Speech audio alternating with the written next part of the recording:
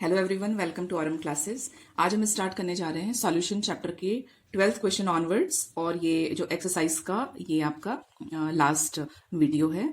इस वीडियो के बाद एक्सरसाइज ये कंप्लीट हो जाती है। प्रीवियस क्वेश्चंस अगर आपको देखने हैं एक्सरसाइज के सॉल्यूशन चैप्टर के, तो आप इसके पहले वाले सारे वीडियोज और उसके पार्ट्स देख सकते हैं प्लेलिस्ट में जाके, या आप RM classes solution Maharashtra board class 12th डाल के सर्च करें तो आपको मिल जाएगा।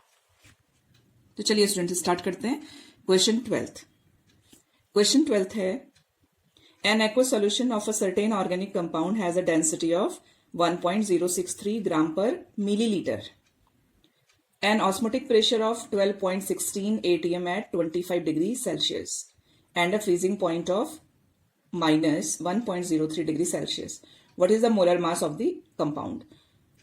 तो इसमें हमको जो वेरिएबल्स दिए हैं, वैल्यू दी हैं, वो है सॉल्यूशन की डेंसिटी, ऑस्मोटिक प्रेशर दिया है हमको, और किस टेम्परेचर पे है ये प्रेशर, 25 डिग्री सेल्सियस पे, उसको केल्विन में कन्वर्ट कर देंगे,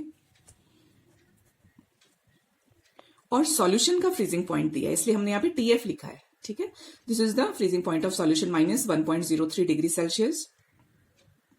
हमको जो फाइंड आउट करना है वो करना है M2।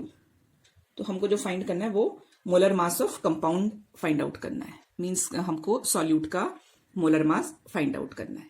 तो सॉल्यूट का मोलर मास फाइंड आउट करने के लिए सबसे पहले थोड़ा इसमें फॉर्मूला इसमें ज्यादा है तो उसको उनको समझेंगे। मोलर मास फाइंड आउट करने के लिए आप क्या कर सकते हैं, आप मोलैरिटी के थ्रू जा सकते हैं, क्योंकि हम यहाँ पे सारी आपकी कॉलिगेटिव प्रॉपर्टी है तो उनमें मोलैरिटी होगी। मोलैरिटी है आपके moles of solute divided by solvent का मास इन केजी। एक्सपेंड करके आप इसको ऐसे लिख सकते हो, W2 divided by M2। W1 अब W1 केजी में है तो 1000 से मल्टीप्लाई करेंगे, क्योंकि वैल्यूज हम ग्राम में लेंगे तो उसको केजी में कन्वर्ट करने के लिए हमको मल्टीप्लाई करना पड़ेगा। 10 की पावर -3 से यहाँ मल्टीप्लाई करिए, या फिर ऊपर आप यहाँ पे 1000 लिखिए। तो this 1000 is for KG only. तो ये एक्सप्रेशन है, और हमको ये वाला जो पार्ट है ये हमको फाइंड आउट करना है। ठीक है, तो सबसे पहले आप देखेंगे कि ये फाइंड आउट करना है, इसका मतलब ये और ये वैल्यू और मोलैरिटी ये सब हमको पता होना चाहिए।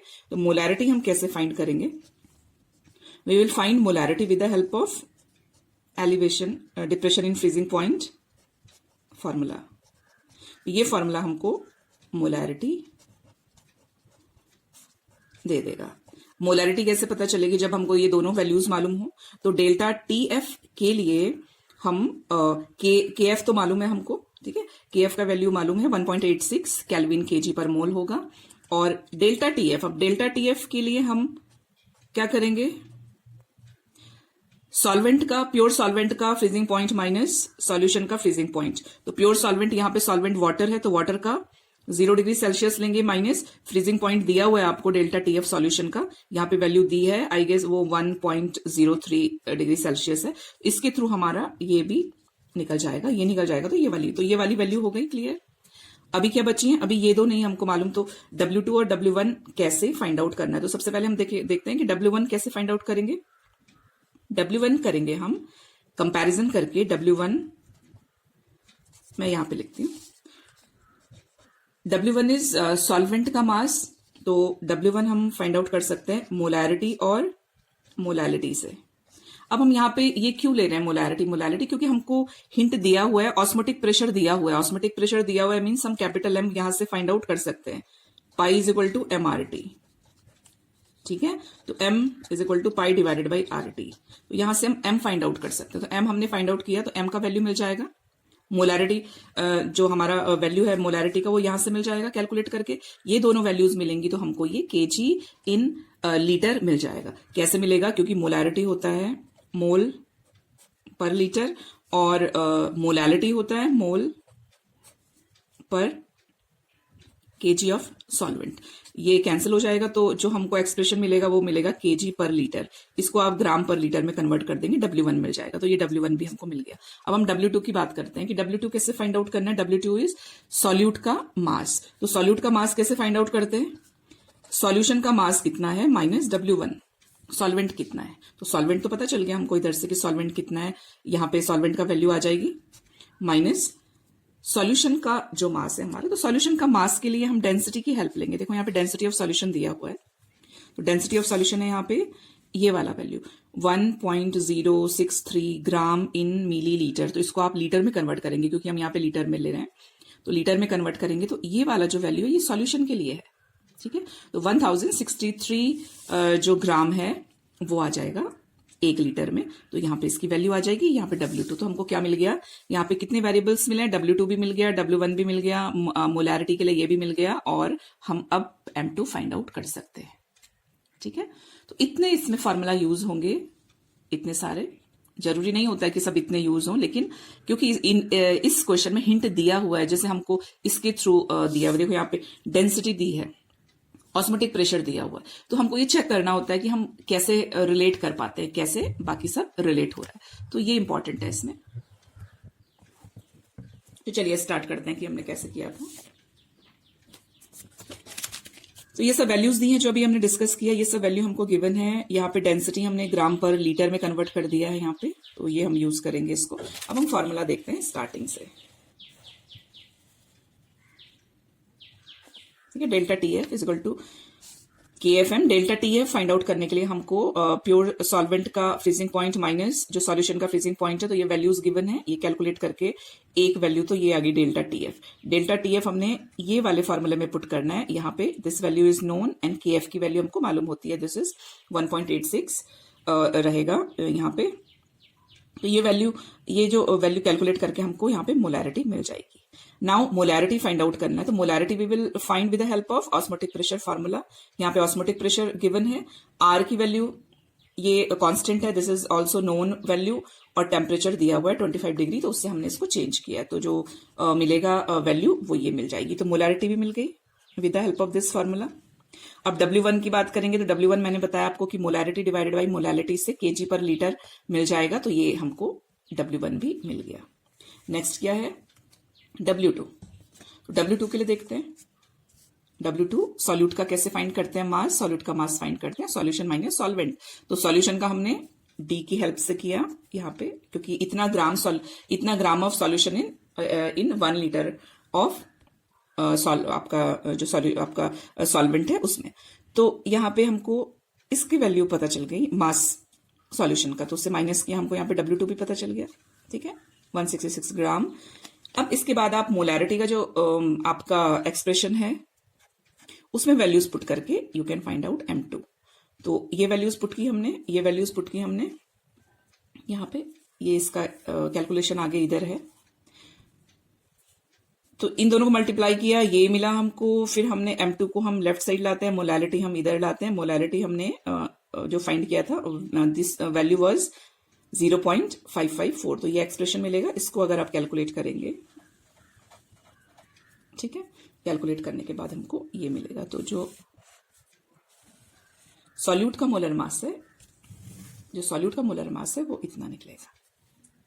तो थोड़ा डिफरेंट और थोड़ा सा टफ क्वेश्चन था, तो ध्यान देंगे कि एक सॉल्यूशन के क्वेश्चन में कितने फॉर्मूले यूज हो सकते हैं, तो इसमें इस वाले सेक्शन में आपके फॉर्मूले को ध्यान में रखना है। मींस वीडियो पॉज करके आप सारे फॉर्मूले नोट करेंगे, तो ये आपको कहीं भी रिलेट करने और कैलकुलेट करने के लिए हेल्प करेंगे।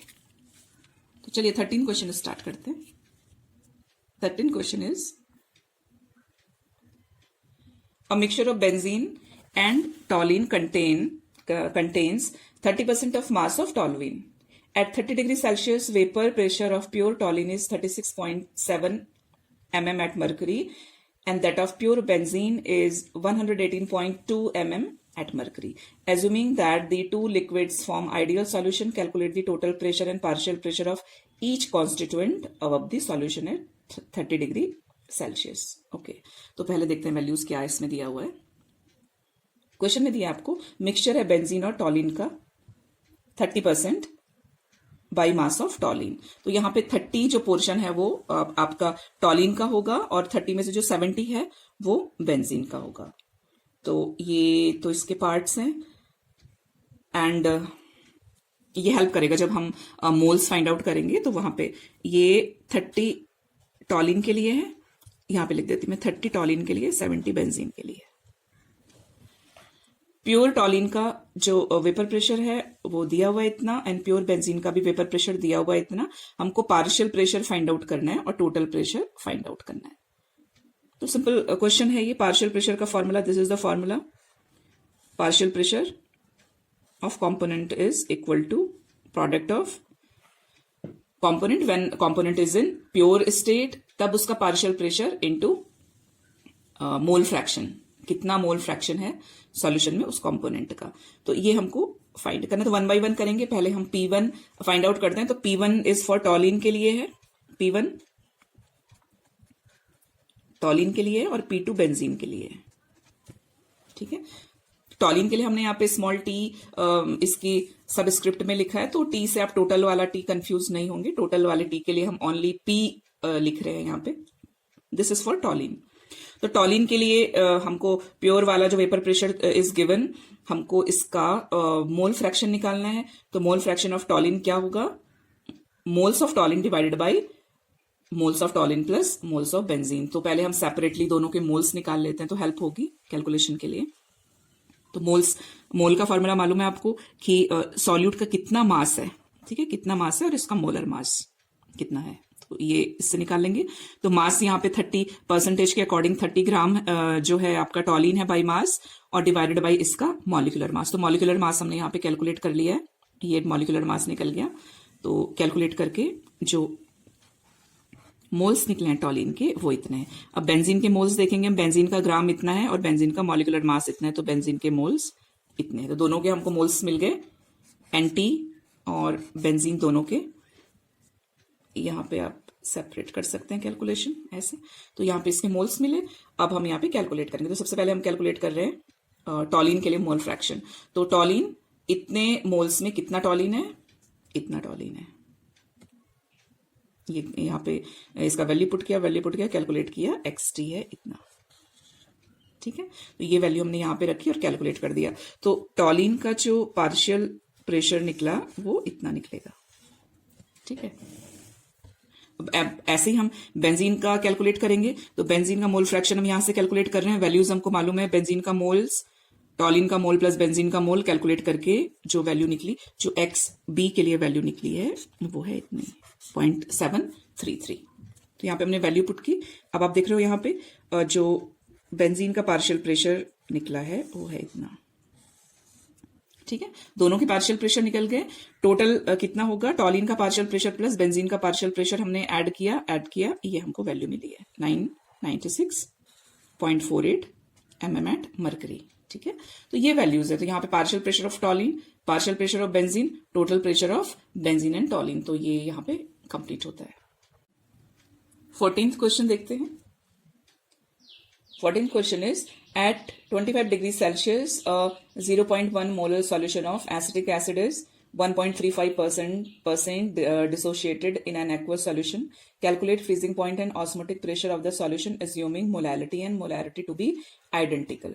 ओके, तो यहाँ पे आपको मोलर सॉल्यूशन से मोलैलिटी दी है और आपसे कहा है कि मोलैरिटी एंड मोलैलिटी इक्वल है। मीन्स हम जो मोलैलिटी है उससे हम मोलैरिटी भी एज्यूम कर सकते हैं। तो ये यहाँ पे वैल्यूज दी हैं।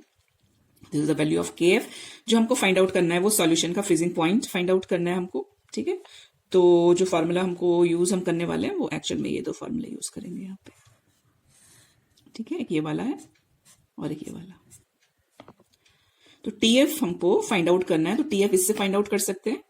डेल्टा TF जो है वो TF not divide minus TF होगा, इससे फाइंड आउट कर सकते हैं। और हमको पाई का value, osmotic pressure find out करना है, तो हम इस वाले फॉर्मूले से फाइंड आउट कर सकते हैं। तो चलिए करते हैं इसको। तो सबसे पहले तो हम देखेंगे कि यहाँ पे अल्फा जो I का वैल्यू है, I का वैल्यू फाइंड आउट करेंगे। तो क्योंकि अल्फा हमको दिया हुआ है, देखो यहाँ पे डिग्री ऑफ डिसोसिएशन 1.35% दिया हुआ है। मीन्स कि 100 में इतना है डिग्री ऑफ डिसोसिएशन, तो 1 में इतना डिग्री ऑफ डिसोसिएशन है। ठीक है, तो यहाँ पे अल्फा की वैल्यू हमको मिल गई और हमको I फाइंड आउट करने के लिए हम ये वाला फॉर्मूला यूज करेंगे। तो हम यूज कर रहे हैं यहाँ पे N। अब कितने अब मोल्स आपके कितने हैं यहाँ पे, और 2 मोल्स हैं। तो ये दिया, गिवन होगी वैल्यू। तो 2 मोल्स जो है हमारे वो इसके डिसोसिएशन से, क्योंकि ये वीक इलेक्ट्रोलाइट है, एसिटिक एसिड दिया है यहाँ पे CH3COOH, this is weak electrolyte. तो इसका जो डिसोसिएशन होगा वो CH3COO minus plus H plus में होगा। तो कितने मोल्स मिल रहे हैं हमको सॉल्यूशन में, 2 मोल्स। तो ये 2 मोल्स हैं यहाँ पे और ये जो हमारा कैलकुलेशन है, कैलकुलेट करके आया हमारा alpha is equal to I minus one, तो I is equal to alpha plus one, alpha plus one, alpha की वैल्यू हमारी इतनी दी हुई है प्लस वन, तो कैलकुलेट करके जो आई है इस सिचुएशन के लिए वो इतना वैल्यू है आई का। ठीक है, तो अब हम कैलकुलेट करेंगे क्योंकि हमको यहाँ पे एसिटिक एसिड दिया है क्वेश्चन में, मींस नॉन आपका वीक इलेक्ट्रोलाइट दिया है, ये दिस इज वीक इलेक्ट्रोलाइट।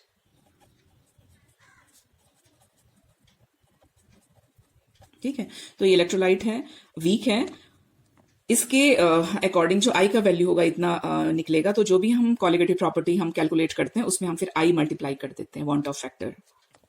तो यहाँ पे K F, value of K F is given, molality is given, I का वैल्यू अभी हमने कैलकुलेट किया तो डेल्टा टी एफ हम यहाँ पे कैलकुलेट कर देंगे, this is delta T F.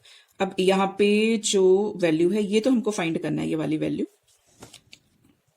और सॉल्वेंट जब प्योर फॉर्म में होता है तो उसका फ्रीजिंग पॉइंट हमको मालूम है इतना है। ठीक है, ये वैल्यू एक्चुअली यहाँ पे नहीं, यहाँ पे टी एफ लिखना है। ठीक है, ये वैल्यू इसका है, तो एक्चुअल में ये this is the formula, T F is equal to minus delta T F plus T not F. तो डेल्टा टी एफ की वैल्यू यहाँ पे कैलकुलेट की है हमने, तो माइनस का साइन इधर से आएगा, minus this plus 0 degree Celsius. तो जो कैलकुलेट करके टी एफ का वैल्यू कैलकुलेटेड आएगी, दिस इज द वैल्यू, ये वैल्यू कैलकुलेट करके आएगी।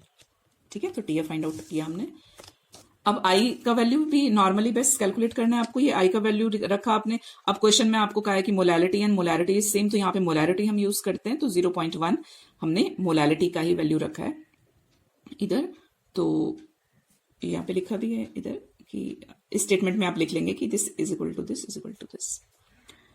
तो ये वैल्यूज पुट की और कैलकुलेट करके हमको ऑस्मोटिक प्रेशर मिल जाएगा, तो ये ऑस्मोटिक प्रेशर का वैल्यू है। क्वेश्चन 15 देखते हैं students. 15th question is, this is the last question, a 0.15 molality aqueous solution of KCl freezes at minus 0.510 degree Celsius. Calculate I and osmotic pressure at 0 degree Celsius. Assume volume of solution equal to that of water. तो यहाँ पे हमको क्या करना है कि KCl है आपके सॉल्यूशन में, तो KCl again, KCl is an electrolyte. तो इलेक्ट्रोलाइट है तो वो आपका डिस्टर्ब करेगा नंबर ऑफ, क्योंकि वो खुद डिसोशिएट होके 2 एक्स्ट्रा मोल्स ऑफ 1 मोल आप लेंगे वो 2 मोल्स देगा, तो डिफरेंस आ जाता। अभी दिस इज स्ट्रॉन्ग इलेक्ट्रोलाइट, तो इसके लिए हम डायरेक्ट वाला एरो यूज करेंगे, बट कोई प्रॉब्लम नहीं है, हम इसके लिए ऐसा एरो यूज करेंगे। तो ये डिसोशिएट हो रहा है, आप 1 मोल ले रहे हो, ये 2 मोल बना रहा है आयंस सॉल्यूशन में, तो डिस्टर्ब करता है कैलकुलेशंस को। तो अगेन इसलिए हम आई फाइंड आउट करते हैं इसका, और इसका जो फ्रीजिंग पॉइंट है देखो वो डिफरेंट आया है, और हमको 0 डिग्री सेल्सियस, 0 डिग्री सेल्सियस जो फ्रीजिंग पॉइंट है वो कब होगा, जब सॉल्वेंट प्योर, आप प्योर फॉर्म में जब सॉल्वेंट का वेपर प्रेशर कैलकुलेट करेंगे। तो यहाँ पे हमको ये चीज ध्यान में देनी है, हमको 0 डिग्री सेल्सियस में निकालना है। इसलिए जब हम आई की वैल्यू कैलकुलेट करेंगे तो इलेक्ट्रोलाइट एंड नॉन इलेक्ट्रोलाइट के कॉलिगेटिव प्रॉपर्टीज के रेशियो के फॉर्म में करेंगे। तो चलिए कैलकुलेट करते हैं इसमें। तो इसमें हमको फाइंड आउट करना है आई की वैल्यू और पाई आपका ऑस्मोटिक प्रेशर, और बाकी मोलालिटी गिवन है, टीएफ सॉल्यूशन का फ्रीजिंग पॉइंट गिवन है, टेम्परेचर 0 डिग्री सेल्सियस पे फाइंड आउट करना है, केएफ की वैल्यू नोन है। तो सबसे पहले हम आई के लिए जो फाइंड आउट करना होगा हमको, आई के लिए हमको फाइंड आउट करना होगा आपका electrolyte and non electrolyte both उनका डिप्रेशन इन फ्रीजिंग पॉइंट। तो यहाँ पे आपका जो डेल्टा टी, आपका delta T F is equal to K F M, molality दी है सॉल्यूशन की, के एफ की वैल्यू ये है आपके 0 डिग्री सेल्सियस पे जो डेल्टा टी एफ कैलकुलेट होके आया वो इतना आया 0.279। ठीक है, so this is the value. अब जो डिप्रेशन आपका डिप्रेशन इन फ्रीजिंग पॉइंट है वो आपको गिवन है क्वेश्चन में, aqueous solution KCl freezes at -510 degree Celsius, तो ये गिवन है ये वाला। तो ये दोनों कैलकुलेट करके आई की वैल्यू यहां पे आ जाएगी।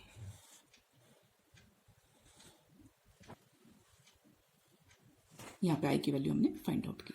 ठीक है, यहां पे लिखा है हमने कि फॉर्मूला कौन कौन से हम यूज कर रहे हैं। तो ये है डेल्टा टी एफ के एफ, एक ये फॉर्मूला यूज कर रहे हैं, एक ये फॉर्मूला यूज कर रहे हैं हम, एक ये फार्मूला यूज कर रहे हैं, एक ये फार्मूला यूज कर रहे हैं। ठीक है, तो यहाँ पे फार्मूला लिखे हमने, अब हमको पाई कैलकुलेट करना है, तो फॉर पाई कैलकुलेशन के लिए हम क्या करेंगे कि पाई जो वैल्यू है MRT और and M is moles divided by volume RT। यहाँ पे हमको मोल्स दिए हुए हैं इतने, यहाँ पे 0.15 ये मोल्स दिया हुआ है हमको, वॉल्यूम 1 लीटर है तो 1 लिया यहाँ पे, और R की वैल्यू एंड T की वैल्यू, तो जो हमारा पाई नॉट कैलकुलेट होके आया वो है 3.36 ATM। ठीक, अब अगेन हम फॉर्मूला यूज कर रहे हैं आई के लिए, ये वाला ऑस्मोटिक प्रेशर आपके नॉर्मल आपके जब आप इलेक्ट्रोलाइट लेते हो तब ऑस्मोटिक प्रेशर, और जब हम इलेक्ट्रोलाइट नहीं लेते हैं तो ऑस्मोटिक प्रेशर मतलब 0 डिग्री सेल्सियस और -0.5 डिग्री सेल्सियस का जो आपका फ्रीजिंग पॉइंट का डिप्रेशन दिखा रहा है वो, तो उनके बेसिस पे हम ले रहे हैं यहाँ पे। तो अगेन हमने वैल्यू आई की वैल्यू पुट की यहाँ पे, पाई नॉट की वैल्यू पुट की, और ये पाई कैलकुलेट होके आ जाएगा इतना।